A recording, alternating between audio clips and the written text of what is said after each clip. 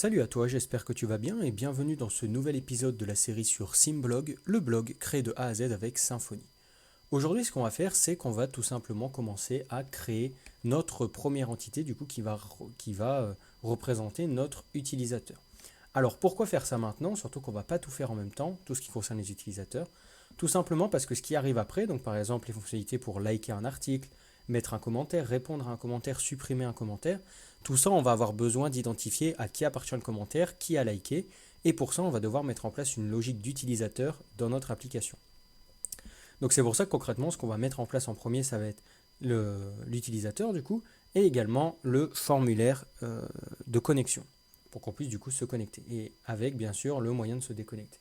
Du coup, ce qu'on va faire, c'est mettre création d'utilisateur dans en cours et on va regarder un peu ce qu'il nous dit. Donc là, il nous dit qu'un utilisateur il sera défini par plusieurs choses, un identifiant unique, mais cette fois-ci de type UID, un email, un nom, un prénom, un mot de passe, un avatar, une liste de rôles et une date de création. Donc concrètement, on a bien compris et on va directement se lancer dans la création.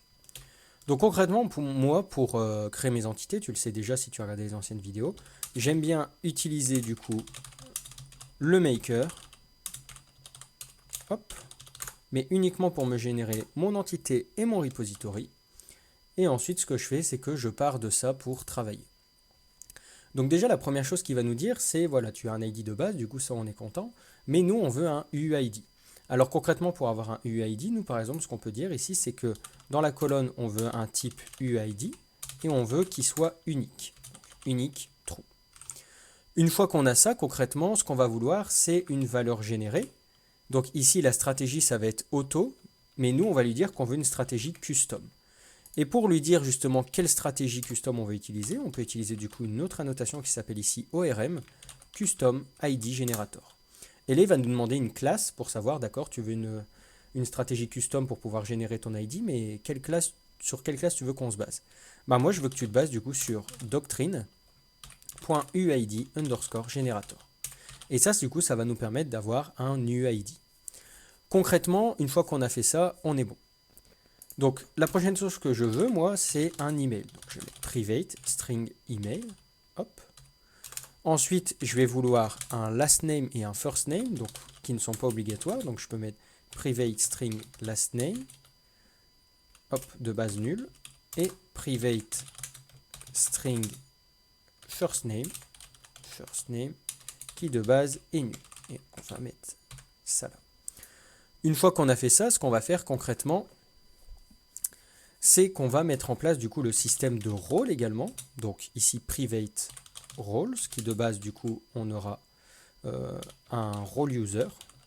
Donc ça va être le rôle de base pour notre application. Hop. Et du coup ça va être une array. Parfait. Et ce qu'on va vouloir du coup nous c'est un système de mots de passe. Alors il y a plusieurs écoles dans Symfony. Moi, j'aime bien passer par ce qu'on appelle un plain password et ensuite simplement l'encoder et pas directement mettre un password. Donc, ce qu'on va faire ici, c'est mettre en place un private string password, plain password, qui de base est nul. Et ensuite, on va simplement du coup mettre en place un private string password. Parfait. Une fois qu'on a ça, concrètement, si je re-regarde, on a besoin également du coup d'un avatar. Du coup, ce qu'on va faire, c'est qu'on va mettre l'avatar ici. Donc là, on va mettre private string avatar. Et tu vas voir après comment on va pouvoir gérer l'avatar. Ça va être plutôt sympa. Une fois qu'on a fait ça, ce qu'on va faire, c'est qu'on va du coup tout simplement continuer à travailler dessus. Et du coup, on va mettre ici un private datetime immutable et on va mettre ici created at. Tant qu'on y est, on pourrait clairement mettre un updated at. C'est pas ici le plus important, mais au moins on l'a déjà. Une fois qu'on a fait ça, ce qu'on va faire, c'est qu'on va déjà mettre en place du coup nos annotations. Donc on va mettre en place ici ORM, colonne, donc qui va être du coup de type string, et on va lui mettre en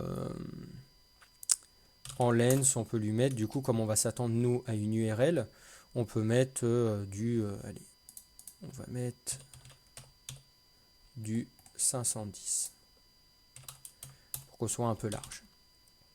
Allez, on va laisser du 255 parce que je sais très bien quel type d'URL on va utiliser, du coup techniquement c'est OK. Une fois qu'on a fait ça, on va mettre du coup ORM et on va mettre ici du coup colonne. Une fois qu'on a fait ça, ce qu'on va faire, c'est qu'on va lui dire que c'est un type string et on va lui dire qu'on veut une longueur de 255. Techniquement, là c'est pareil, c'est juste qu'on va vouloir rajouter newLabel à true. Là, j'ai oublié de mettre ça. Parfait. Et là, on va également du coup lui dire que le newLabel est possible. Donc, true. Une fois qu'on a fait ça, ici, on va lui dire du coup que c'est une colonne. Et pour ça, le type, donc ORM colonne, et le type, nous, il va interpréter ça comme du JSON. JSON sans S. Hop. Une fois qu'on a fait ça, on va vouloir également mettre une colonne au password et non pas au plain password. Ce serait complètement débile de faire ça étant donné que notre plain password sera simplement notre mot de passe mais en clair. Du coup, c'est pas du tout ce qu'on veut. On va absolument pas regarder ça dans un objet. Du coup, concrètement, ici, on va mettre password, on va mettre type string et on va dire length 255. Une fois qu'on a fait ça, on va pouvoir ici mettre ORM colonne. On va lui dire que le type, c'est un datetime immutable. Et on va lui dire également du coup que là, c'est un datetime immutable. On veut également y rajouter du coup unique à l'adresse email. On ne veut pas qu'il y ait deux utilisateurs qui aient la même adresse email dans la base de données. Ça casserait un peu tout. Concrètement, tant qu'on y est, ce qu'on peut faire ici, c'est mettre en place du coup notre unique entity. Et le unique entity, on va simplement du coup lui dire que ça se base sur l'email et on va marquer cet email existe déjà au sein de l'application. Point. Une fois qu'on a fait ça, concrètement, la dernière chose qui nous reste à faire, c'est de mettre en place les getters et les setters. Donc ce qu'on va faire ici, c'est mettre insert php getter setter, insert php getter setter. Donc on va enlever ça au fur et à mesure. Hop. Ici on va mettre getter setter, getter setter. Là c'est assez répétitif, mais c'est pas très grave.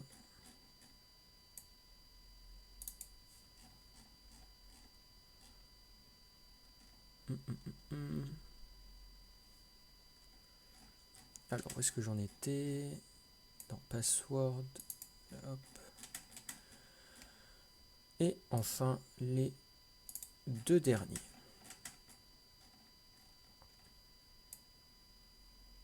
Voilà. Donc concrètement, on va faire ça. Hop. Hop. Hop. Hop. Hop.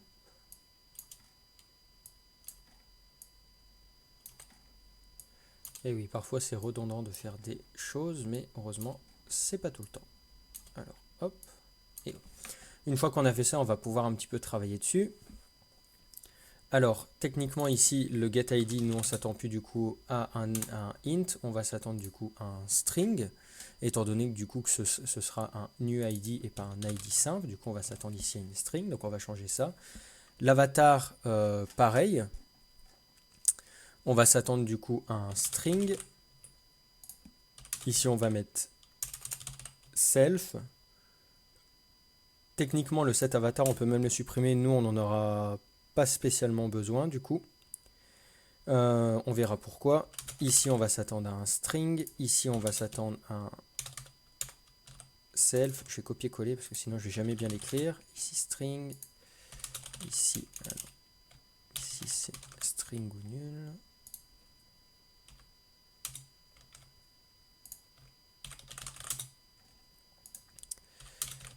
Hop.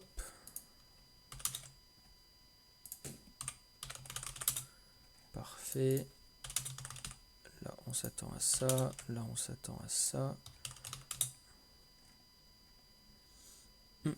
Alors, pour les rôles, on va retravailler ça. Pour le get role, ce qu'on va faire, c'est qu'on va tout simplement, ici, dans un premier temps, récupérer les rôles, une fois qu'on va vouloir get un rôle. Et on va vouloir également, ici, lui dire que de base, dans notre rôle, quoi qu'il arrive, il lui faudra un role user. Et ensuite, on va return une array unique de rôle. Parce que dans tous les cas, il faut absolument qu'il ait un role user. Concrètement, ici,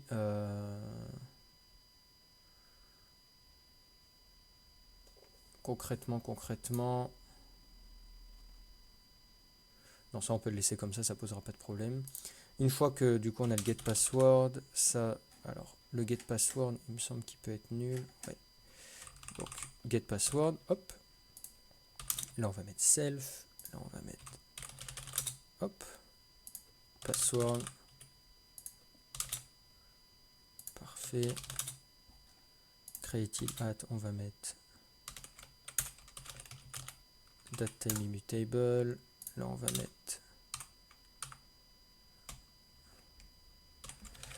datetime immutable. Et on retourne un self. Ici, on va mettre datetime immutable. Et là, on retourne un self. Et on va pouvoir mettre un datetime immutable ici.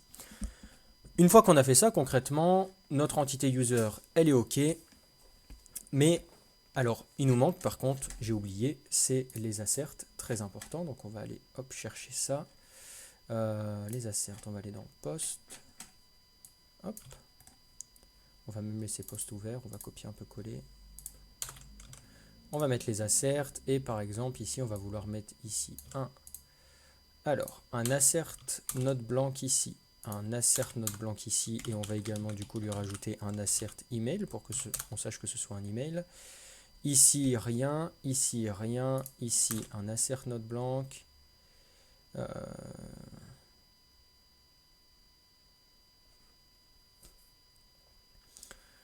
Un assert note nul même. Ou un assert note blank. Je crois que ça prend en compte les arrêts vides. Le plain password, on s'en fout. Le password ici, note blank, très important. Ici note blank, ici note blank. Même techniquement, note nul. Une fois qu'on a fait ça, ce qu'on va pouvoir faire déjà, c'est mettre en place du coup notre constructeur. Et dans notre constructeur, on va dire que this created at, il est égal à un new datetime immutable. Et on va copier-coller ça pour le updated at.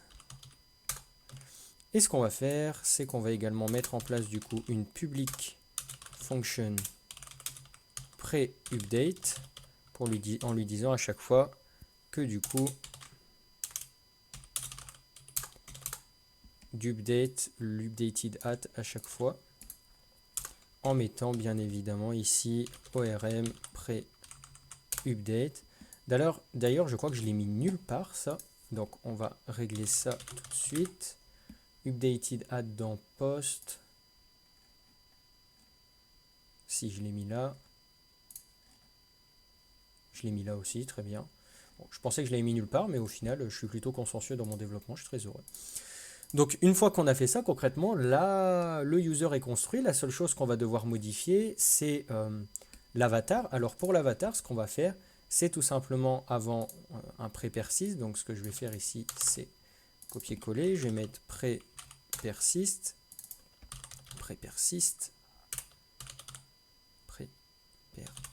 parfait. Et ce qu'on va faire, c'est set l'avatar par défaut. Donc concrètement, ici, ce qu'on va faire, alors ce qui serait bien, ouais, c'est de le faire dans le pré-persist et dans le pré-update, parce qu'on va se baser du coup sur, on va se baser sur l'email pour lui générer du coup son avatar, mais plus tard, il aura l'occasion du coup de changer son adresse email. Donc on va également le mettre dans le pré-update. Du coup, pour générer Pour générer les avatars, je vais utiliser du coup DiceBeer Avatars, je trouve ça très sympa. Donc par exemple, on a des types ici, donc Identical, Initial, Mika, etc. etc. Moi, je pense qu'on va partir sur euh,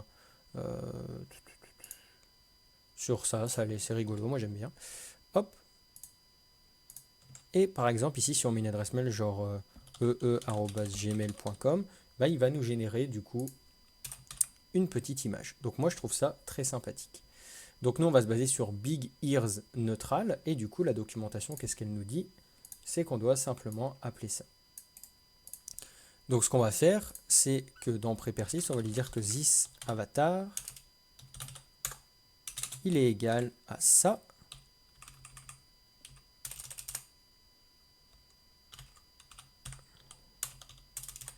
Alors, je ne sais plus comment on fait de la polarisation en PHP, c'est pas très grave. Ici, on va faire un this. Donc là, c'est email.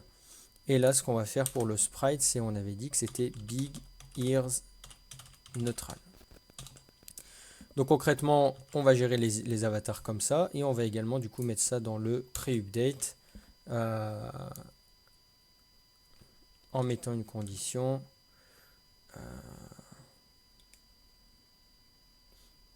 Alors je ne sais pas si on peut récupérer du coup. Bon, on va mettre ça comme ça. Au moins, on ne se posera pas de problème. On le remettra à chaque fois. Comme ça, si l'adresse email change. Après, ce serait même mettre une condition pour voir si c'est l'email qui change. Euh,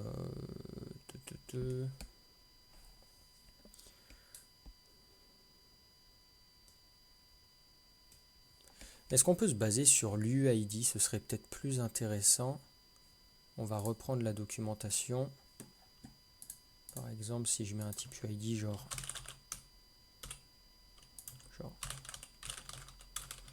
ok, ça marche. On va plutôt se baser du coup sur l'UID. On va enlever ça du pré-update vu que l'UID il bougera jamais. Donc on va mettre this UID. Donc une fois qu'on a fait ça, on peut gérer du coup tranquillement ça ici. D'ailleurs, même pas besoin de mettre un pré-persist. On peut mettre ça directement dans le constructeur. On va plutôt mettre ça dans le pré-persist, sinon ça posera peut-être des problèmes. Bref, au moins on voit les deux façons de faire. On pourrait tout mettre dans le constructeur, je pense. Une fois qu'on a fait ça, concrètement, la seule chose qu'on va devoir faire pour préciser notre application que ce n'est pas une simple entité, mais que ça va également permettre de gérer nos utilisateurs, c'est de faire implémenter à notre classe la user interface. Alors maintenant qu'on implémente la user interface, on va avoir du coup plusieurs méthodes à mettre en place. Donc le getRole, donc nous par exemple le getRole il est en place, donc jusque là on est bon. Le erase_credential, donc le erase_credential ici, nous on va en avoir besoin. Donc ce dernier, qu'est-ce qu'il nous dit? Ça va remove les sensitive data from the user. Nous ça nous intéresse, donc on va mettre ça tout au bout là. Donc on va mettre public function erase_credential. Parce que du coup le erase_credential, hop, ce qui va nous permettre de faire, c'est tout simplement de lui dire, voilà, à la fin mon utilisateur, il faut que je supprime ces informations-là qui sont sensibles. Et les informations qui sont sensibles chez nous, bah, c'est le plain password. Du coup, le plain password, on va le mettre à nul. Et la dernière chose qu'on a à faire, c'est le getUserIdentifier. Alors, le getUserIdentifier, function getUserIdentifier, ça va tout simplement être la méthode qui va permettre du coup de retourner l'identifiant pour l'utilisateur. Donc on peut très bien lui dire que c'est l'username ou c'est l'adresse email. Nous, on pourrait se baser sur deux choses ici, soit l'UID qui est unique, ou soit l'adresse email qui est unique. Pour que ça parle à plus de gens, nous, on va se baser du coup sur l'adresse email. Du coup, tout ce qu'on a à faire ici, c'est de faire un return this email. Une fois qu'on a fait ça, ce qu'on peut faire techniquement, c'est faire un petit coup hop, de cd. Et du coup, on va faire un make migration. Et là, il nous dit in UID generator PHP, attempt to load class UID factory from namespace, did you forget to use? Donc, effectivement, j'ai dû oublier un use, donc on va le mettre, hop. Parce que du coup, on doit importer cette classe-là, sinon il ne comprend pas. D'ailleurs, je ne serais pas étonné que UID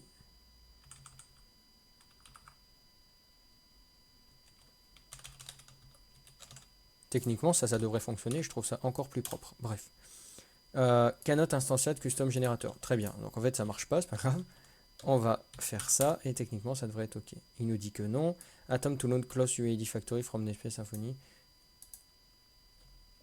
Alors, qu'est-ce qu'il me veut, lui? On va s'embrouiller, on va pas être très heureux ensemble, je le sens. Qu'est-ce qu'il me veut? Qu'est-ce qu'il me veut?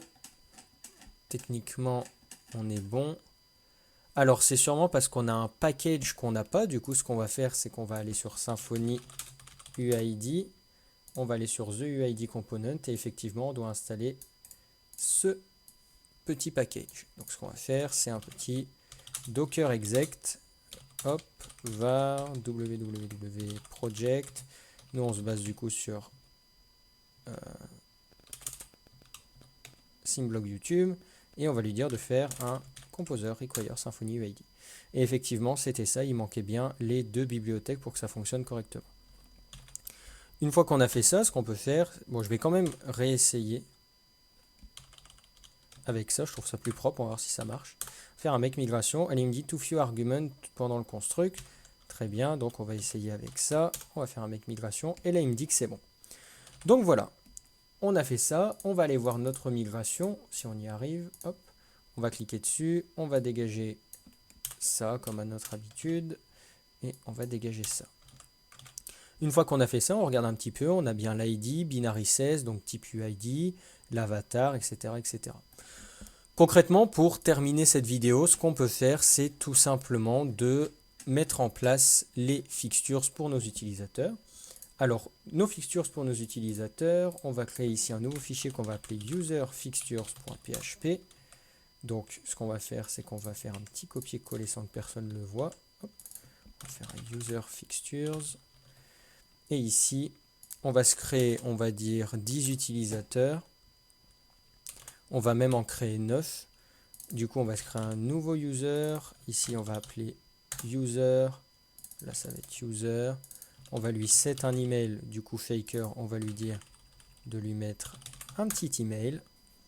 Ensuite, on va lui dire de lui set un last name. Donc, set last name. Je sais pas pourquoi c'est pas détecté, c'est pas très grave. Ici, on va mettre faker. Faker, je crois qu'il y a une méthode last name. Ah, c'est parce qu'il y a ça qui détecte pas. Il y a une parenthèse en trop. Voilà. Une fois qu'on a fait ça, on va faire pareil pour le first name. Donc il y a pareil, il y a faker first name. Une fois qu'on a fait ça, on va mettre en place le password. Donc moi je vais mettre directement ici le password. Et pour le password, on va utiliser du coup un hasheur de mot de passe. Donc pour ça, pour ceux qui n'ont pas vu ma formation Apprendre Symfony de A à Z, tout ça est précisé bien sûr dans la formation. Et du coup, on va marquer ici public function construct et on va mettre dedans private user password hasher interface qu'on va appeler hasher pour que ce soit plus rapide. Et on va mettre ici this hasher hash.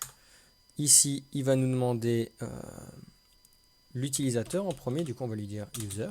Et le mot de passe, nous on va mettre password partout pour mieux s'y retrouver. Et techniquement, les rôles, on n'a pas besoin de toucher vu que de base, on est bon. Alors, c'est pas hash, c'est hash password. Voilà. Une fois qu'on a fait ça, on va persister notre utilisateur. Et ce que j'aimerais juste faire avant, du coup, c'est faire pareil, mais me faire mon propre utilisateur. Donc ici, on va marquer emilien@symblog.fr. Last name, moi je ne le mets pas. First name, Emilien. On a oublié les emails. Non, l'email il est là. Le mot de passe, je vais faire pareil. On va mettre ça également juste au-dessus.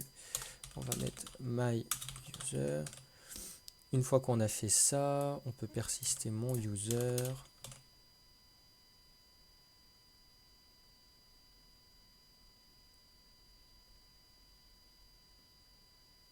Alors, qu'est-ce qu'il nous veut?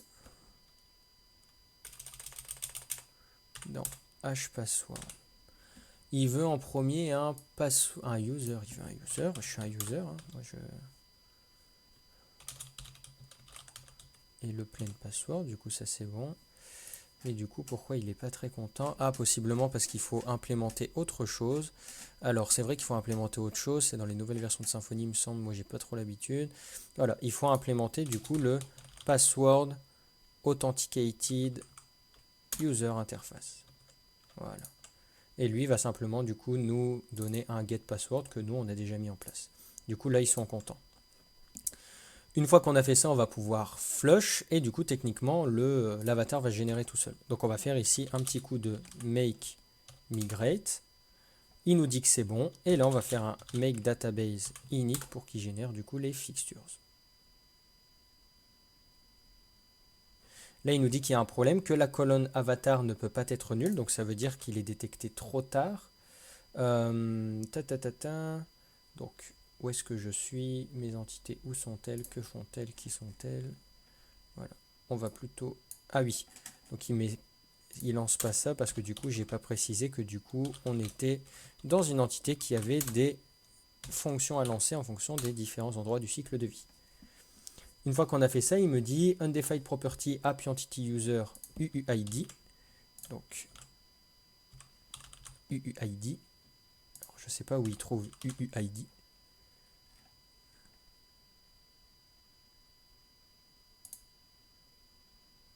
This UID. Voilà. Moi, c'est this ID. Make database unit, on lance. Et là, on est bon. On va aller vérifier du coup dans notre phpMyAdmin.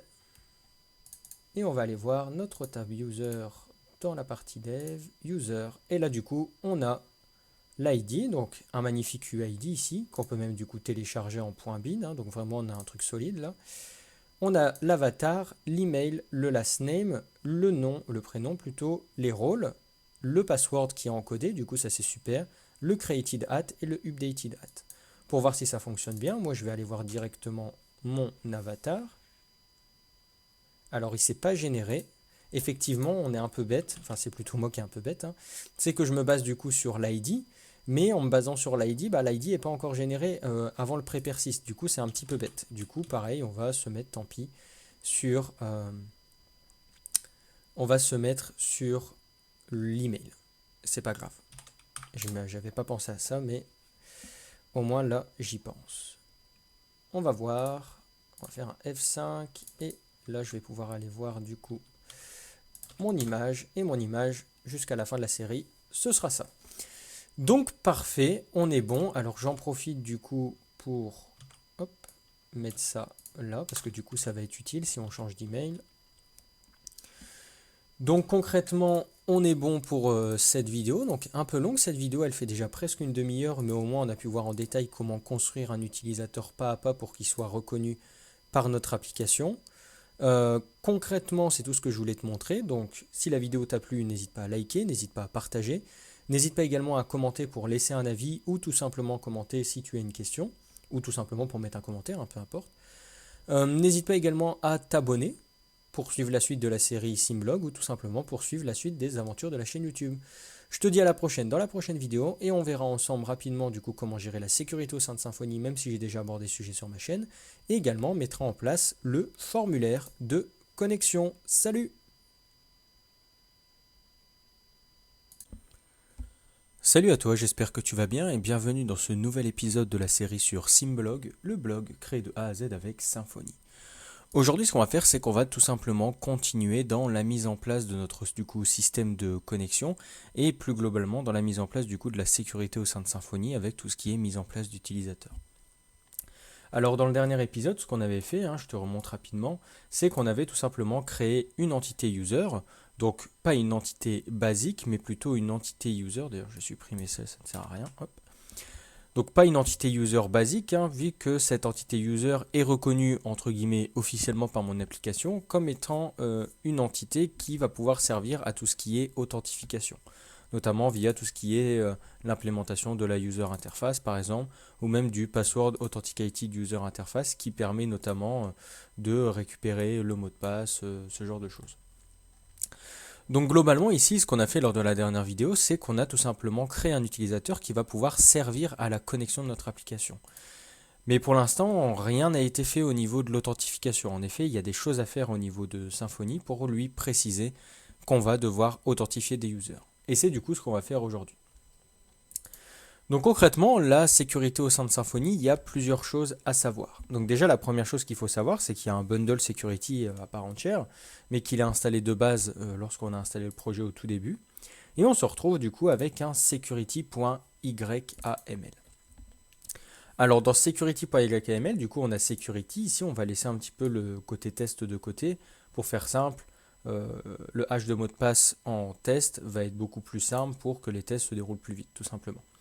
Mais nous, on va vraiment s'intéresser à cette partie. Du coup, la sécurité au niveau de Symfony, il faut savoir qu'il y a 3 éléments principaux, et on va dire même 4. Pour parler entre guillemets du moins important, même si ça reste très important, ça va être la partie password hasher ici, qui va tout simplement du coup nous dire quel algorithme de hachage de mot de passe on va utiliser. Nous, on utilise le auto, et il me semble que du coup, le auto, c'est du Argon 2i, il me semble. C'était du bcrypt dans les anciens Symfony, mais là il me semble du coup que c'est du Argon 2i. Enfin bref. Donc on va avoir 3 éléments principaux ici. On va avoir du coup les providers, les firewalls et les access control. Alors pour faire simple ici, les providers, du coup ça va concerner directement les utilisateurs. Donc les providers, ça va être en fait un fournisseur de données, et notamment pour nous un fournisseur d'utilisateurs. Donc il va fournir les utilisateurs à partir du coup d'une zone de stockage qu'on aura prédéfinie. Nous globalement notre zone de stockage, qu'est-ce que ça va être? Ça va tout simplement être notre base de données, là où se trouve du coup l'ensemble de nos utilisateurs. Également on va avoir du coup la partie firewall, donc là tu peux voir par exemple qu'il y en a deux. Il y a la partie dev et il y a du coup la partie main. Pour faire simple, par exemple, un firewall, du coup un pare-feu, ça va être en fait ce qui va se passer au sein de Symfony, du coup, le cœur de la sécurisation. Pour faire simple, en fait, il y a chaque requête qui va passer par le firewall pour savoir justement si, par exemple, ça va nécessiter un utilisateur connecté, ça va permettre aussi d'identifier un utilisateur. Notamment, on lui précisera par exemple pour nous ce qu'on va créer, qu'on va avoir du coup un système de form login tout simplement pour pouvoir loguer l'utilisateur. Et en dernier, on va avoir du coup l'access control ici, qui va permettre tout simplement de dire, voilà, pour chaque chemin, on va dire qu'on donne accès à tel rôle. Par exemple, pour le slash admin, ça va être les rôles admin. Pour le slash profile, ça va être les rôles user, etc., etc. Ça, on le reverra plus en détail dans une autre vidéo, où on verra comment du coup sécuriser nos routes. Je vais juste refaire un petit arrêt du coup sur les firewalls. Du coup, je vais te montrer ça. Hop. Du coup, concrètement ici, ça c'est les providers. Donc ça, tu as compris le principe. Je pense que ça va juste nous donner des utilisateurs. Voilà le firewall. Donc concrètement, le firewall ici, ça va être la section la plus importante, comme il le dit, et ça va permettre justement de mettre en place notre système d'identification, et ça va définir quelle partie de notre application a besoin d'être sécurisée, et comment les utilisateurs du coup vont être logués. Est-ce que ça va être via un login form, ça va être notre cas, est-ce que ça va être via un token fourni par une API, ce genre de choses. Également, on peut parler rapidement du coup de ce que j'ai présenté, le firewall dev ici, qui est un faux firewall entre guillemets, qui va simplement faire en sorte qu'il n'y ait pas d'accident au niveau des outils de développement de Symfony, et du coup ça va principalement matcher avec par exemple les URL comme profiler, WDT, etc., etc. Donc globalement, c'est ce qu'il faut savoir sur la sécurité au sein de Symfony, du moins la sécurité, la base. J'avais fait une vidéo plus détaillée où on prend vraiment le temps du coup de parcourir la documentation, donc si j'y pense, je te mettrai le lien dans la documentation. Sinon, tu peux retrouver la vidéo dans la playlist Apprendre Symfony de A à Z, donc le projet SimRecipe, où tu vas pouvoir voir du coup une vidéo complète sur la sécurité. Du coup, nous concrètement, maintenant, on a déjà créé l'entité user. Du coup, ça, on va pas avoir besoin de le faire. Du coup, ce qu'on va pouvoir faire, du coup, c'est commencer à gérer comment on va recevoir nos utilisateurs, donc le fournisseur de données. Alors concrètement, user in memory, moi, je vais le supprimer et je vais simplement me créer un provider. Mon provider, je vais l'appeler app user provider. Une fois que j'ai fait ça, je vais devoir du coup lui préciser ici par rapport à l'entité, je vais devoir lui préciser la classe. Moi, la classe qui m'intéresse, c'est la classe qui se trouve la classe qui se trouve dans App Entity User. Donc, c'est vraiment la classe qui se trouve, hop, juste ici. Une fois que j'ai fait ça, je vais devoir du coup lui préciser une propriété pour qu'il sache qu'est-ce qu'il doit aller récupérer. Nous, on a choisi notre identifieur comme étant du coup... ça, c'est pas très grave. On a choisi notre getIdentifier. Alors, c'est plus getIdentifier, c'est... Voilà, getUserIdentifier. Donc nous, c'est le this-email. Du coup, on va suivre cette logique. On va lui dire d'aller chercher ça dans email. Donc, ce qui va se passer, c'est que quand on va vouloir récupérer l'utilisateur... quand il va vouloir connecter un utilisateur, ce qui va se passer, c'est que du coup, lui, le provider, il va aller chercher un utilisateur depuis du coup la base de données et on lui précise la priorité qui va servir d'identifiant. Donc concrètement, ici, ça va être l'email. Qu'est-ce que je peux te dire d'autre? Voilà, donc globalement, ici, le provider, il va être interrogé plusieurs fois lors de l'utilisation de l'application. Et par exemple, pendant le login, il va aller dans la base de données et recharger l'utilisateur à partir de la session. Donc ça, c'est toujours bon à savoir. Maintenant, au niveau de la partie firewall, du coup, ce qu'on va faire concrètement, c'est laisser la partie dev. On a vu que c'est pour éviter des problèmes. Et du coup, comme je le rappelle, le firewall ici, ça va être la section la plus importante. Donc, il va définir les parties de notre application qui sont sécurisées et la façon dont les utilisateurs pourront s'authentifier. Il faut savoir qu'il y a un seul firewall qui est activé par requête et du coup ça va prendre en compte justement le premier match dans l'ordre qui est renseigné justement ici. Du coup nous ce qu'on va vouloir faire c'est tout simplement mettre en place un firewall pour tout ce qui est formulaire vu qu'on va faire un formulaire de login classique. Donc déjà on peut lui dire voilà pour le firewall je vais y arriver main on a déjà du lazy true. Alors lazy The lazy anonymous mode prevent the session from alors, lazy true. Je vais te traduire ici, ce sera plus ça.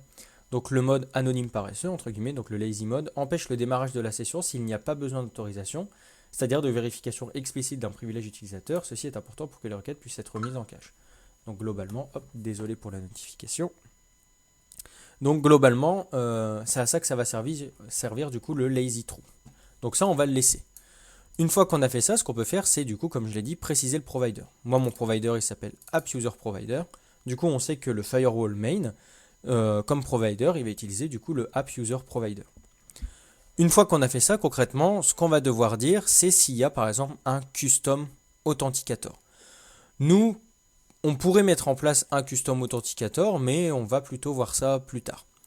Donc concrètement ici, le custom authenticator, ça peut par exemple permettre du coup de gérer vraiment l'authentification comme on le souhaite. Mais on peut utiliser très bien la configuration de base de Symfony.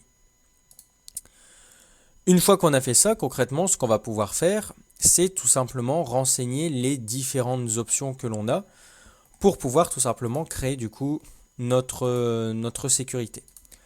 Donc pour ça, par exemple, ce qu'on va pouvoir ici renseigner, c'est tout simplement ici par exemple form login, donc form login, et ici on va pouvoir mettre login pass.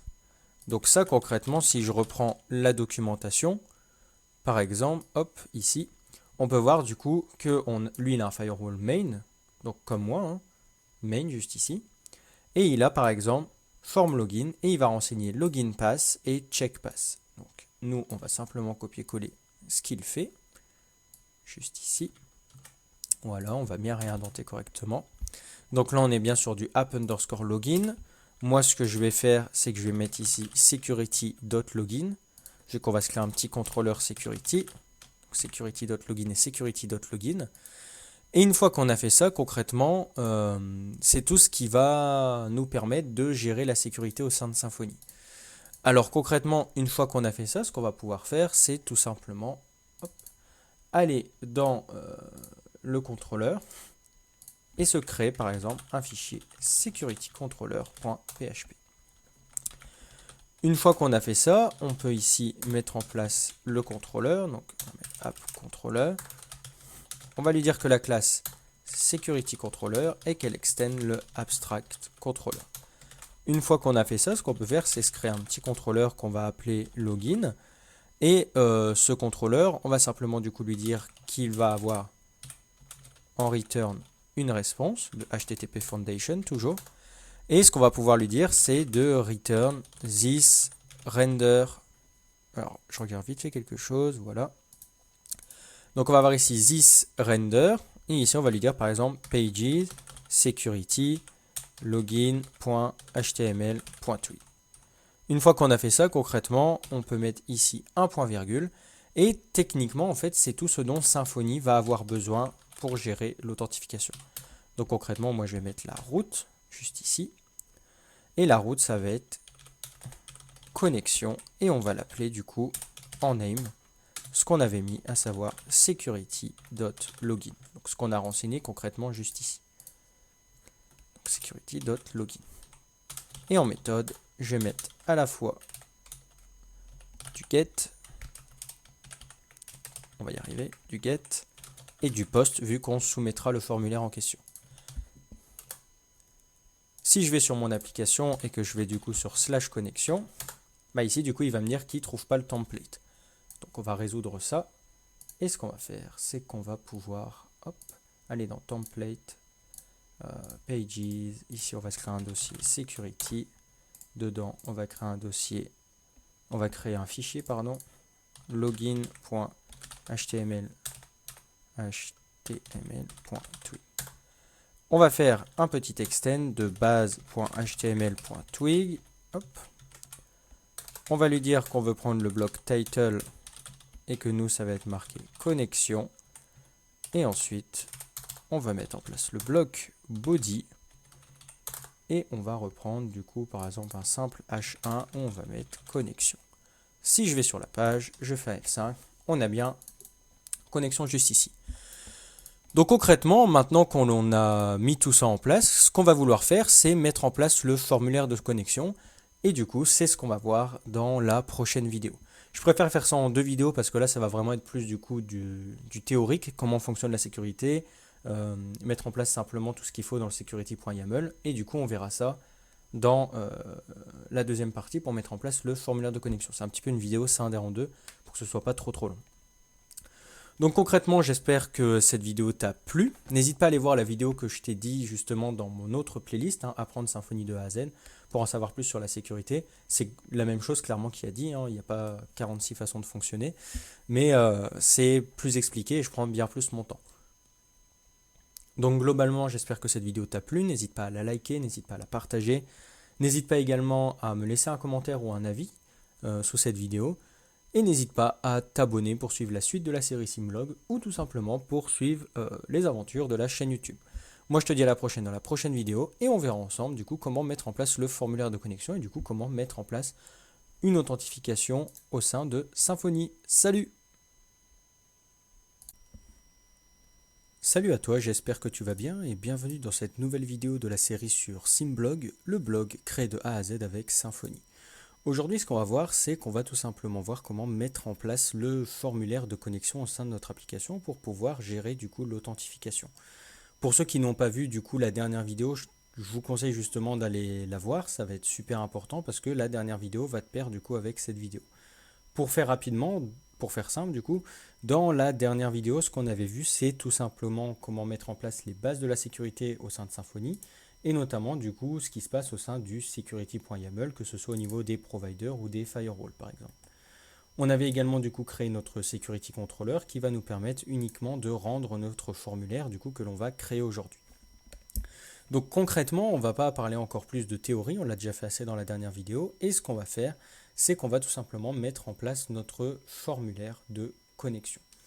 Alors pour mettre en place le formulaire de connexion, on va reprendre l'exemple que nous donne justement Symfony dans la documentation. Donc si je te mets la documentation devant les yeux, on a ici donc ce qu'on a vu lors de la dernière vidéo, le provider, le firewall. Et ici on a Authenticated Users et on a Form Login. Or concrètement, ce qu'on peut faire ici, c'est créer le contrôleur avec le login controller, du coup, comme on l'a fait. Nous, on a préféré l'appeler security controller, mais peu importe. Et on avait du coup également renseigné ça lors de notre dernière vidéo dans notre firewall main. Donc ça, c'était la première étape. Concrètement, ensuite, ce qu'on va pouvoir faire, c'est ajouter des options au sein de notre contrôleur. Donc par exemple, nous, le last username, nous, ça ne nous intéresse pas forcément. On va mettre en place surtout les erreurs. Alors ça, c'est un petit spoil pour tout à l'heure, c'est pas très grave. Hop, au moins tu as un petit peu de contenu à l'avance. Du coup, au niveau du contrôleur, ce qu'on peut faire, c'est tout simplement récupérer les erreurs. Et les erreurs, on va pouvoir les récupérer grâce à l'authentications utile. Du coup, qu'on va amener ici utils. Et utils, on va avoir une méthode qui va s'appeler getLastAuthentication error. Et ça va être super important pour récupérer une erreur qu'on peut avoir lors de la connexion. Notamment, on verra l'erreur tout à l'heure de comment on appelle ça déjà, les bad credentials. Donc c'est par exemple si ton mot de passe est mauvais tout simplement, ou si le couple email mot de passe ne fonctionne pas. Donc concrètement, on va lui passer ici en paramètre et on va simplement mettre error. Une fois qu'on a fait ça, on peut continuer à naviguer au sein de la documentation et on va avoir ici du coup un exemple tout simple de ce qu'on peut faire pour le formulaire de login. Alors ce qu'on va faire, c'est qu'on va copier-coller et je vais t'expliquer du coup ce qui se passe à l'intérieur. Hop, on va mettre ça juste là. Donc concrètement, si je commence par le formulaire, on va avoir un formulaire ici qui va envoyer une requête post, du coup, à la route que l'on a renseignée. Du coup, nous, on a renseigné app-login. Nous, on va modifier ça et on va plutôt mettre security.login. Et comme ça, on va voir que le security.login correspond parfaitement, alors je vais le reprendre, à ce qu'on a renseigné au niveau du check pass et même ici du login pass, donc le fameux security.login. Concrètement, pour que le formulaire de connexion puisse comprendre justement quelles données il doit prendre justement pour la connexion, on va supprimer ça d'ailleurs aussi. Hop. Bon, on va pouvoir le mettre, hein. De toute façon, c'est quelque chose qui est donné par Symfony. Donc pourquoi ne pas le mettre? Hop, et on va faire. Hop. Donc je disais, pour que Symfony puisse comprendre du coup la connexion, on va devoir du coup lui donner un input texte qui va avoir comme name underscore username. Ça va être super important pour lui. Comme ça, il va du coup pouvoir comprendre que l'identifieur, donc nous dans notre cas ça va être un email, doit ou plutôt se trouve au sein de l'input text qui a bien le name underscore username. Et ça va être pareil pour le password ici. Donc, je vais le mettre juste ici. Alors, ça va être pareil pour le password, sauf que lui, ce dernier, aura un underscore password. Puis ensuite, on aura un bouton submit classique qu'on appellera ici connexion. Donc ce qu'on va faire, c'est qu'on va se rendre sur notre application, hop, et on va pouvoir cliquer ici sur connexion. On va se rendre sur underscore connexion, et là il va dire, je comprends pas c'est quoi authentications utile. Alors ça c'est les fameux copier-coller. Nous on a simplement appelé ça utils, et d'ailleurs, je n'ai pas renseigné ici le last username. Hop. Une fois qu'on a fait ça, on va faire un F5 et là on va voir notre magnifique formulaire qui ne s'affiche pas du tout comme un formulaire, c'est pas très grave. Et on va pouvoir du coup tester justement notre système de connexion. Alors, on va prendre un email au hasard dans notre phpMyAdmin. Moi, je m'en suis créé un, du coup, je vais prendre celui-là. Donc, on va mettre emilien@simblog.fr. On va mettre ici password qui est le mot de passe pour tous les utilisateurs, ce qu'on a mis dans les fixtures, et on va faire connexion. Une fois qu'on a fait ça, déjà on peut voir que l'affichage en haut s'est changé. Effectivement, on avait mis une condition en place dans notre template pour savoir justement quand on est connecté, on va afficher non plus connexion et inscription, ce qui n'aura aucun sens, mais plutôt les informations utilisateurs. Une fois qu'on a fait ça, bon ça c'est une façon indirecte de savoir qu'on est connecté, mais pour vraiment savoir si on est connecté, on peut se rendre dans le profiler ici, donc si toi il n'existe pas ou plutôt qu'il est fermé, tu as juste à cliquer sur le logo juste en bas. Et du coup on va voir que je suis logué en tant que emilien@simblog.fr, donc mon authentification est OK, et je suis bien passé par le firewall main. Si je clique ici, je vais avoir plus de détails, voire même les mêmes détails du coup, mais d'une façon un peu plus sympathique. Là, on peut voir du coup les différents firewalls, les authenticateurs, etc., etc. Donc concrètement, notre système de connexion fonctionne. Moi, ce que je vais simplement vouloir mettre en place ici, ça va être le bon template. Alors, je vais fermer ça, je vais remettre ça, et je vais mettre en place mon bon template. Je ne vais pas m'amuser à tout réécrire à la main parce que tu vas voir qu'il est un petit peu long. Mais concrètement, on va pouvoir voir ça ensemble. Hop. Je le copie et je vais le mettre dans mon login. Donc, je vais le mettre juste ici. et je vais faire un CTRL-S. Donc je vais rouvrir l'application ici, hop.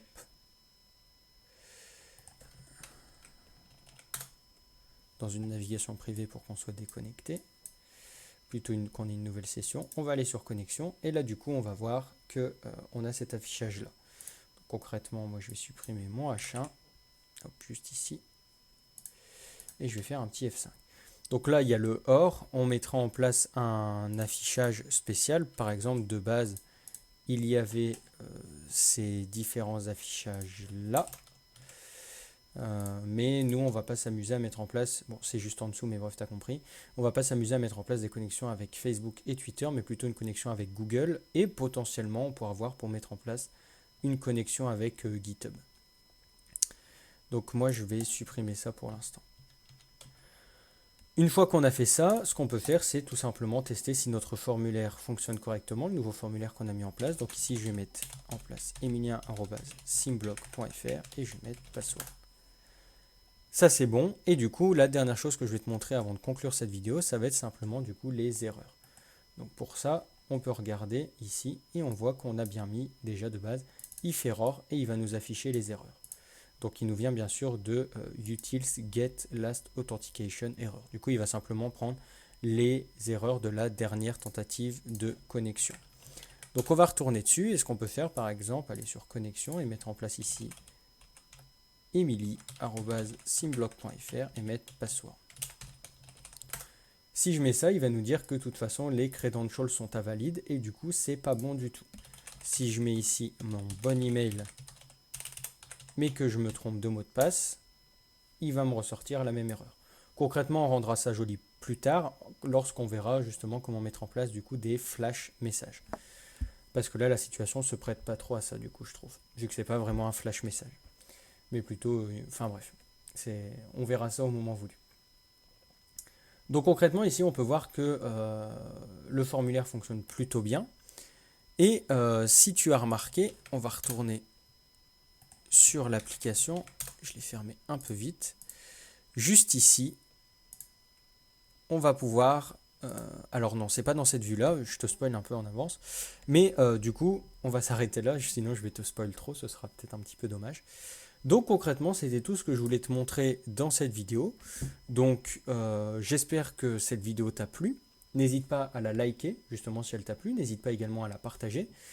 N'hésite pas également à me laisser un avis en commentaire s'il y a quelque chose que j'ai mal expliqué ou que j'ai oublié d'expliquer. Bien sûr, si tu penses que j'ai oublié d'expliquer des choses, il faut attendre de voir les prochaines vidéos, bien sûr. Pardon. Également, n'hésite pas à me laisser un commentaire, si tout simplement tu as une recommandation, une question, ou peu importe, ou simplement des questions. N'hésite pas également à t'abonner, que ce soit pour suivre la suite de la playlist ou simplement pour suivre la suite des aventures de la chaîne. Et puis moi je te dis à la prochaine dans la prochaine vidéo, et on verra ensemble du coup comment gérer la déconnexion au sein de Symfony. Salut! Salut à toi, j'espère que tu vas bien et bienvenue dans ce nouvel épisode de la série sur Simblog, le blog créé de A à Z avec Symfony. Aujourd'hui, ce qu'on va faire, c'est qu'on va continuer à parler d'authentification et notamment du coup ici dans cette vidéo de déconnexion. En effet, si on retourne sur l'application,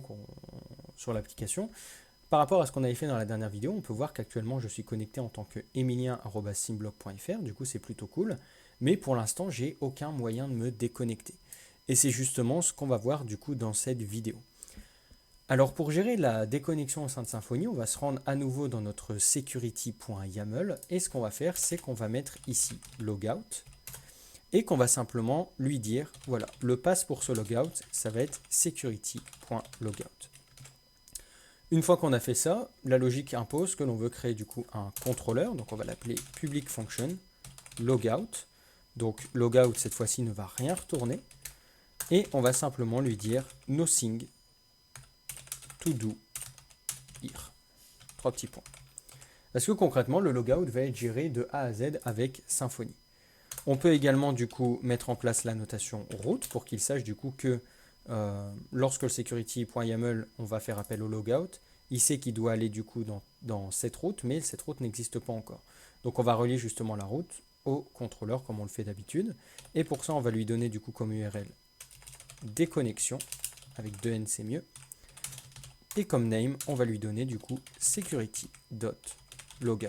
Et en méthode, on va même pouvoir partir sur du get uniquement. Une fois qu'on a fait ça, c'est pas plus compliqué et on va simplement pouvoir gérer la déconnexion au sein de Symfony. Alors concrètement, si je fais un F5 ici et que je vais dans ma navbar, on peut voir qu'une action s'est rajoutée et que cette action c'est logout. Et on peut voir justement en bas à gauche que ça me renvoie vers slash déconnexion. Donc concrètement, si tu tapes slash déconnexion ici ou directement ici, ça va nous déconnecter. Donc ce que je vais pouvoir faire ici, c'est cliquer sur logout et là on voit justement que je ne suis plus connecté.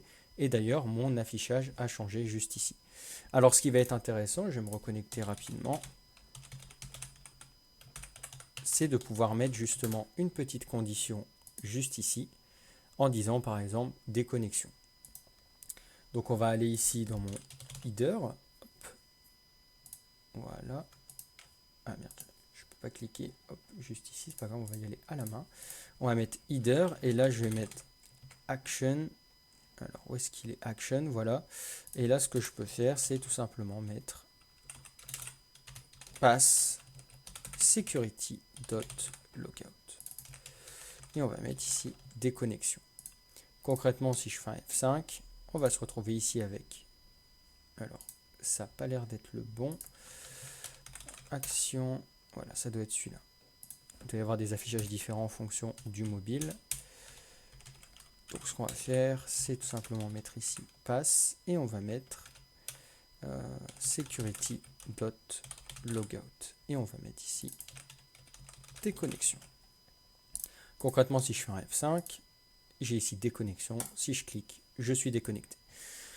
Donc concrètement, c'était tout pour cette vidéo sur la déconnexion. Donc c'est très simple, hein, c'est un petit chapitre au sein du coup de la partie sécurité de Symfony. Bien sûr, il te dit ici, si tu veux customiser ton logout, tu peux écrire toi-même ta logique. Nous, c'est pas ce qui va nous intéresser aujourd'hui. On va se contenter du coup du système de logique classique de Symfony. Donc voilà, j'espère que cette petite vidéo sur la déconnexion t'a plu. N'hésite pas justement à liker si ça t'a plu, n'hésite pas à partager. N'hésite pas également à me laisser un avis ou un commentaire tout simplement, si tu as par exemple une question. Et n'hésite pas également à t'abonner pour suivre la suite de la série, mais également suivre la suite de la chaîne YouTube. Je te dis à la prochaine dans la prochaine vidéo et on va voir justement quelque chose d'assez intéressant. On va voir comment mettre en place la fonctionnalité se rappeler de moi justement au sein de la connexion de notre application. Je te dis à la prochaine dans la prochaine vidéo. Salut! Salut à toi, j'espère que tu vas bien et bienvenue dans ce nouvel épisode de la série sur Symblog, le blog créé de A à Z avec Symfony. Aujourd'hui, ce qu'on va faire, c'est qu'on va tout simplement voir ensemble comment mettre en place la fonctionnalité se rappeler de moi au sein de Symfony. Pour ceux qui ne savent pas de quoi je parle, je vais te remettre justement l'application devant les yeux et tu vois des fois dans les formulaires de connexion, tu as ici une petite case à cocher qui te dit se rappeler de moi, point d'interrogation, ce qui va te permettre justement, lorsque tu vas revenir sur l'application, d'être toujours connecté en fonction du délai qui était précisé dans l'application en question. Du coup, nous, on va voir justement comment mettre ça en place. Alors déjà, la première chose pour mettre ça en place au sein de Symfony, donc il y a un petit article au niveau de la documentation qui dit ça, ça peut être sympa, tu tapes Remember Me Symfony, tu vas le trouver. C'est qu'au sein justement de notre security.yaml, on doit rajouter une autre condition. En effet, toutes les configurations, elles passent justement par là. Et nous, on va rajouter ici Remember Me. Et ici, on va devoir préciser deux choses. Alors, quand on dit deux choses, il y en a une qui est requise et l'autre pas forcément. Mais on va devoir déjà mettre en place le secret. Alors le secret, ça va tout simplement être ici kernel.secret. Donc c'est ce qui est donné dans l'application et il est marqué ici que l'option secret est la seule option qui est justement requise. Donc je vais te le mettre juste devant les yeux. Et la seule option qui est requise et qui va permettre de signer le cookie Remember Me. Donc ça va être un système de cookies. Et il va utiliser du coup le kernel.secret paramètre qui va permettre de définir which is defined using, donc il va en gros le contenu du cookie va être défini avec kernel.secret qui lui-même du coup se base sur le app_secret des variables d'environnement. Donc pour ça on peut directement aller voir à quoi il se réfère, donc on peut aller dans .env et on voit du coup que app.secret c'est celui-là. Du coup concrètement c'est sur ça qu'il va se baser pour générer notre Remember Me. Une fois qu'on a fait ça, On peut lui préciser également un lifetime. Et ce que Symfony, par exemple, nous dit dans la documentation, et c'est ce qu'on va garder, c'est de mettre 604-800, ce qui équivaut clairement à une semaine en secondes. Donc nous, une semaine de Remember Me, ça nous va bien. Il y a une troisième option qui est Always Remember Me, qui en gros va activer le Remember Me par défaut. Nous, on ne va pas mettre cette modification, étant donné qu'on va laisser la possibilité de la mettre ou non, en fonction justement de si l'utilisateur utilise la case à cocher. Concrètement, une fois qu'on a fait ça, on va devoir mettre en place une case à cocher avec justement un nom bien particulier. Donc si on va dans Login ici, on va devoir mettre en place une case à cocher avec justement, comme je le disais, un nom bien particulier. Par exemple, pour l'identifiant, c'est underscore username, pour le password, c'est underscore password, et justement pour cette case à cocher, ça va être underscore remember underscore me. Donc on va voir ça directement. Alors, je ne sais pas où j'ai appuyé, c'est pas très grave. Et ce qu'on va voir, c'est qu'on va pouvoir mettre directement la case à cocher, hop, juste ici. Donc ça, c'est le style que j'ai donné. Et concrètement, la case à cocher, donc on va lui donner comme name Remember Me, et le label, ce sera donc se rappeler de moi. Si on va sur notre application, alors, je vais pas la mettre, si je vais la mettre tout de suite. Là, par exemple, tu vois, j'étais connecté au sein de mon application, et si on va au niveau des cookies, on va voir qu'il n'y a pas forcément grand-chose. Si je fais un F5, on va voir justement qu'il y a le PHP Cecid. Concrètement, ici, maintenant que j'ai mis en place le système de Remember Me, si je me connecte, déjà on voit qu'il y a se rappeler de moi ici. Donc si je mets emilien@simblog.fr password et que je ne le coche pas, je fais connexion, et lui va pouvoir se connecter. Si on va dans nos cookies et que je recharge, on voit que justement il n'y a pas plus d'informations. Si je me déconnecte et que je me reconnecte, mais cette fois-ci en cochant, du coup il est coché par défaut, se rappeler de moi, et que je me connecte, on peut aller ici dans les cookies et voir que le cookie Remember Me a été mis. Et la value justement est la valeur suivante. Donc on a une sacrée valeur, je vais la mettre dans l'URL pour qu'on puisse mieux la voir. Donc tu vois que c'est une sacrée valeur quand même. Une fois qu'on a ça, concrètement, on va pouvoir rester connecté pendant à peu près une semaine, et c'est quelque chose qui va être du coup plutôt sympathique. Donc voilà, concrètement, c'est tout ce que je voulais te montrer. D'ailleurs, tant qu'on y est, on va aller dans le header. Est-ce que du coup, voilà, il y a l'avatar. Alors, où est-ce qu'il est? Avatar, nous, du coup, on va pouvoir mettre dans le src app.user.avatar. Au moins, ça va mettre l'avatar courant. Si je fais un F5, là, tu vois bien que du coup, j'ai l'avatar qu'on avait mis en place lors d'une des dernières vidéos. Donc concrètement, c'est tout ce que je voulais te montrer pour cette vidéo, comment mettre en place du coup un système de Remember Me. Alors bien sûr, je t'invite à lire la documentation, il y a plein d'autres choses que l'on peut mettre en place. Également comment on peut faire avec les systèmes, avec les custom authenticators, mais ça on verra ça plus tard. Donc concrètement, c'est tout ce que je voulais te montrer pour cette vidéo. Si ça t'a plu, n'hésite pas à liker, n'hésite pas à partager. N'hésite pas également à me laisser un avis en commentaire ou même un simple commentaire si tu as une question par exemple. N'hésite pas également à t'abonner et n'hésite pas également, non c'est tout ce que je voulais dire, n'hésite pas à t'abonner pour suivre la suite de la série et n'hésite pas à t'abonner pour suivre la chaîne Développeur Musclé de manière plus globale. Moi je te dis à la prochaine dans la prochaine vidéo et du coup si je ne me trompe pas on verra ensemble du coup comment tester tout ça, du coup tester le système de connexion, de déconnexion, etc. etc. Je te dis à la prochaine dans la prochaine vidéo. Salut! Salut à toi, j'espère que tu vas bien et bienvenue dans ce nouvel épisode de la série sur Simblog, le blog créé de A à Z avec Symfony. Aujourd'hui, ce qu'on va faire, c'est qu'on va tout simplement mettre en place les différents tests pour valider du coup notre fonctionnalité connexion et même du coup celle de déconnexion. Bien sûr, c'est des choses qui viendront se compléter dans le futur, d'un point de vue fonctionnalité concernant l'utilisateur, que ce soit l'édition du profil, etc. Mais je le rappelle, on avait mis ça en place directement maintenant pour pouvoir commencer à implémenter la fonctionnalité suivante, à savoir justement le like des articles, ce qui viendra justement après cette vidéo. Du moins, je pense. Oui, c'est bien ça. Enfin bref. Du coup, on va commencer à implémenter nos articles sur la connexion et la déconnexion. Donc, on va se rendre dans le dossier test.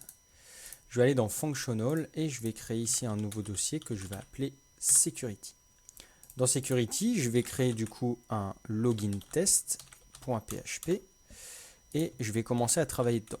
Je vais faire les balises PHP, un petit namespace, donc ça va être app test functional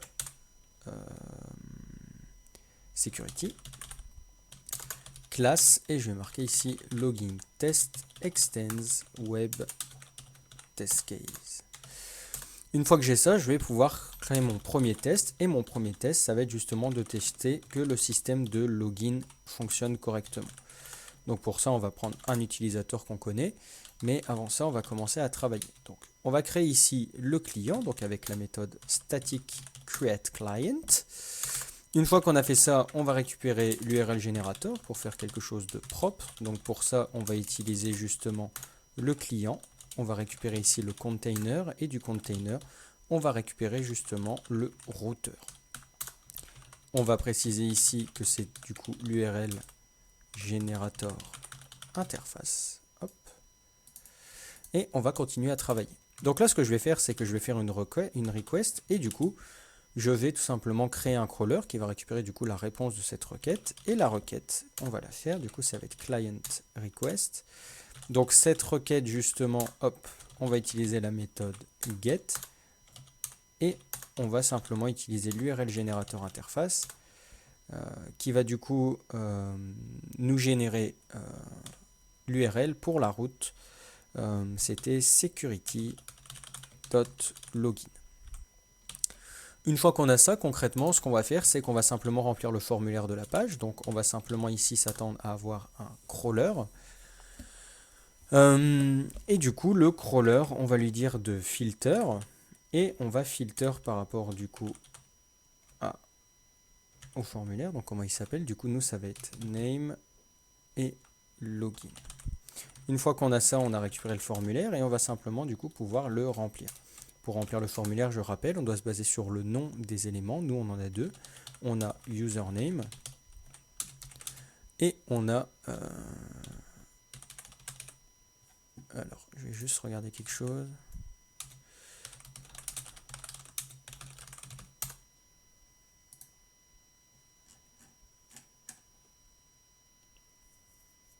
Ouais, donc ça c'est ok, bref.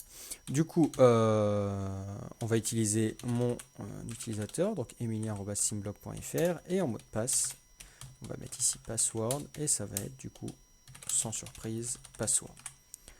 Une fois qu'on a fait ça, concrètement, on va dire au client de submit tout ça.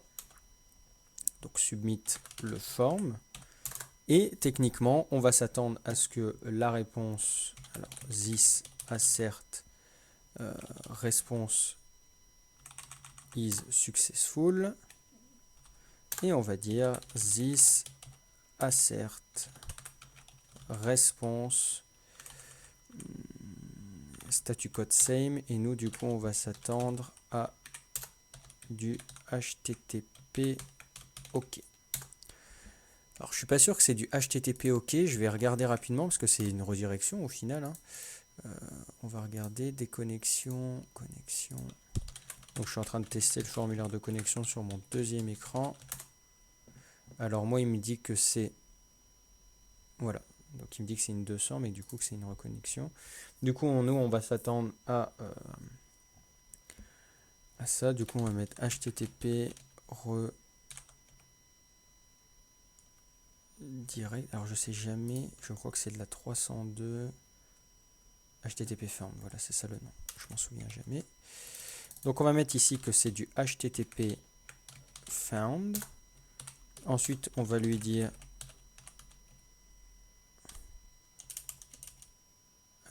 alors je sais plus comment on fait le follow redirect. Donc c'est c'est le client, voilà. Pourquoi j'ai mis this, je sais pas trop. Hop.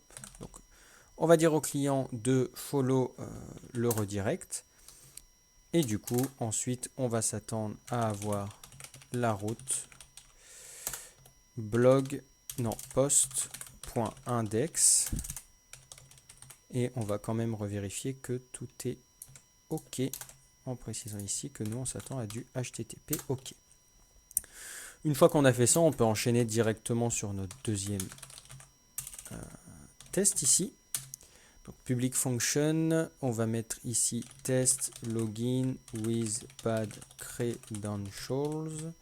On va mettre ici un void. Et on va repartir sur la même logique. Donc ici, on s'attend simplement à avoir un mauvais password. On va submit. Là, on s'attend à ce que la réponse est OK, mais on ne s'attend pas à une redirection. Et techniquement, je vais regarder la diff qui englobe. Donc on va mettre...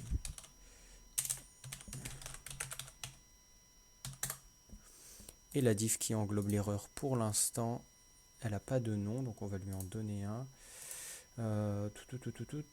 Template, pages, security, login. Et lui, ça va être div, class, égale, error, login. Donc là, ce qu'on va faire, c'est qu'on va tout simplement dire ici... alors techniquement, c'est une redirection aussi. Hein. On va rester sur ça. On va simplement changer ça. Et ici, on va dire this assert selector exist. Donc là, nous, on veut récupérer une div qui a la classe error, mais qui est également la classe div, la classe login, pardon.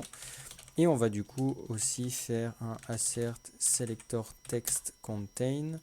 Donc on va remettre exactement le même selector. Et nous, on va lui dire qu'il doit contenir invalide credentials. Une fois qu'on a fait ça, on peut directement enchaîner sur le test de déconnexion. Donc, ce qu'on peut faire, c'est test logout works void.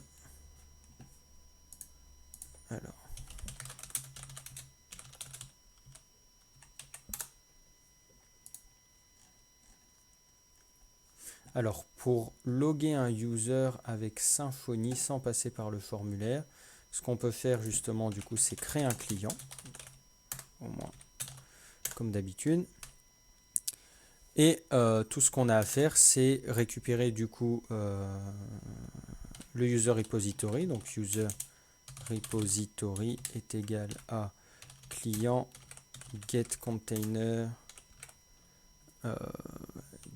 get. Et là, on va mettre du coup user repository. Une fois qu'on a ça, on peut récupérer notre user, du coup qui est égal à user repository find one by. Hop. Une fois qu'on a ça, je vais simplement renseigner ce que c'est. Donc ça, c'est le user repository. Et ça, c'est un user. On va importer tout ça. Hop. Donc ça, c'est déjà importé. Ça, on l'importe. Donc, une fois qu'on a fait ça, ce qu'on peut faire, c'est appeler la méthode this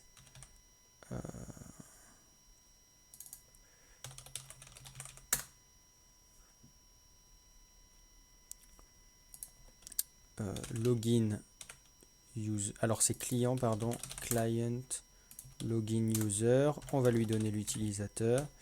Et ensuite, ce qu'on peut faire, c'est tout simplement hop, reprendre ça. On va mettre ça plus haut.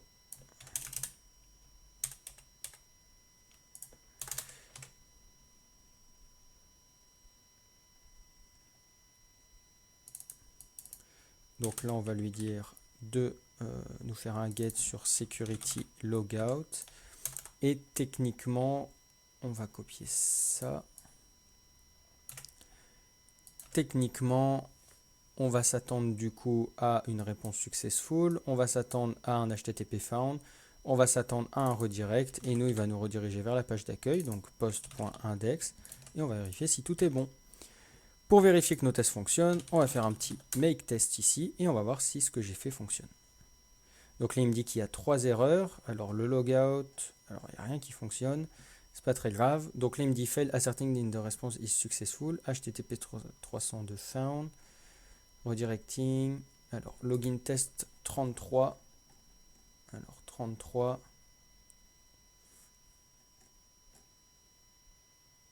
Ah, pour lui, quand c'est une redirection, c'est pas successful. D'accord. Donc on va supprimer tout ça. Et on va retester. Une fois qu'on a ça, tout est passé. Donc on a bien ici pour login, login works, login with bad credentials et logout works. Donc techniquement pour cette vidéo, c'est tout ce que je voulais te montrer. Simplement, j'aimerais qu'on fasse du coup le test du Remember Me dans une autre vidéo parce que ça va être quelque chose d'un petit peu plus complexe avec des nouvelles notions, genre par exemple comment récupérer le cookie au sein des tests pour voir du coup si on est bon. Donc moi c'est tout ce que je voulais te montrer pour cette vidéo, du coup pour la vidéo des tests concernant le login et le logout. Si ça t'a plu, n'hésite pas à liker, n'hésite pas à partager, n'hésite pas à me laisser ton avis en commentaire ou simplement si tu as une question. N'hésite pas également à t'abonner, que ce soit pour suivre la suite de la série ou même pour suivre la chaîne YouTube de manière plus globale. Je te dis à la prochaine dans la prochaine vidéo et on testera ensemble du coup le système de Remember Me. Salut! Salut à toi, j'espère que tu vas bien et bienvenue dans ce nouvel épisode de la série sur Simblog, le blog créé de A à Z avec Symfony. Alors aujourd'hui, ce qu'on va faire, c'est tout simplement mettre en place un test pour vérifier que notre fonctionnalité Remember Me, donc se souvenir de moi, fonctionne correctement. Donc pour revenir sur ça, hein, je vais te remontrer ici ce qu'on a dans notre application. Si on va sur la page connexion, on a un petit bouton ici se rappeler de moi. Et si on l'utilise, on a alors un cookie qui met en place qui s'appelle Remember Me, qui va tout simplement du coup nous permettre de rester connecté environ une semaine à l'application, une semaine à partir du moment où la connexion est effectuée. Pour tester ça, on doit simplement aller, moi ce que je vais faire, c'est simplement aller vérifier que notre browser contient le cookie après et ne le contient pas avant, tout simplement pour vérifier que ça fonctionne bien. On ne va pas s'amuser à attendre une semaine avec nos tests, à moins qu'il y ait une meilleure façon de faire, mais dans ce cas-là, bien sûr, comme je le dis à chaque fois, je t'invite à me dire dans les commentaires si je peux mettre en place un test plus pertinent. Nous, ce qu'on va faire, c'est un test tout simple qui nous dit que voilà, on va mettre en place une fonction qui s'appelle test login with remember me. Et ici, ce qu'on va faire, c'est qu'on va mettre en place un void. Une fois qu'on a fait ça, on va créer notre client, du coup qui se crée avec la méthode statique create client. Hop. Alors, je sais pas pourquoi j'ai fait ça, mais c'est pas très grave. Une fois que j'ai fait ça, ce qu'on va faire, c'est tout simplement copier de quoi mettre en place l'URL générateur, hop, pour pas le réécrire à la main. On va également du coup faire une requête vers security.login et on va s'amuser à remplir notre formulaire. Alors pour remplir le formulaire, ça va être pareil, hein. On va simplement, d'ailleurs je vais le copier-coller, ce sera plus simple pour éviter de perdre du temps. On va avoir le formulaire de base et la seule chose qu'on va pouvoir s'amuser à faire du coup, c'est à dire que Remember Me va prendre la valeur on. Donc ça va le check. Une fois qu'on a fait ça, concrètement, ce qu'on peut faire, c'est dire au client de submit le formulaire. Une fois qu'on a fait ça, on va vouloir du coup reprendre tout ça. Donc ça peut toujours être cool. Et maintenant, on doit gérer du coup les cookies, parce que là, c'est bien rigolo, ça va fonctionner, nos tests vont passer. Si par exemple, je fais ici un make test, techniquement, ça devrait passer. Voilà, tout passe. Mais en même temps, on vérifie que la connexion de base fonctionne, mais on ne vérifie pas spécialement que le Remember Me fonctionne. Donc là, ce qu'on peut faire techniquement, c'est tout simplement, juste avant la requête, lui dire, voilà, est-ce que le browser a ce cookie, donc not as cookie, et notre cookie, nous, il s'appelle Remember Me. Une fois qu'on lui a dit ça, là, il va vérifier que le cookie n'est pas mis en place basiquement, ce qui est notre cas, on a décidé de ne pas le faire. Et après la connexion, nous, on va vouloir vérifier que justement, le browser a bien ce cookie. Si on relance nos tests, on va voir si ça fonctionne. Là, on a une erreur et il nous dit que fail asserting that one matches expecting 9. Alors ça, c'est un autre test qu'il faudrait que je répare. Il bug de temps en temps, c'est pas très grave. Ça doit être un cas particulier. Mais dans tous les cas, du coup, nous, ce qui nous intéresse ici fonctionne. On a bien le login with Remember Me, du coup, qui fonctionne parfaitement, du coup. Donc voilà, c'était juste une petite vidéo à part pour te montrer comment également gérer du coup le système de cookies au sein des tests avec Symfony. Comme ça permet un peu de séparer la logique et du coup les connaissances. Enfin bref, si cette vidéo t'a plu, n'hésite pas à la liker, n'hésite pas à la partager, n'hésite pas également à me laisser un avis en commentaire ou tout simplement un commentaire si tu as une question. N'hésite pas à t'abonner pour suivre la suite de l'aventure Simblog et également pour suivre la suite des aventures de la chaîne YouTube. Moi, je te dis à la prochaine dans la prochaine vidéo. Salut!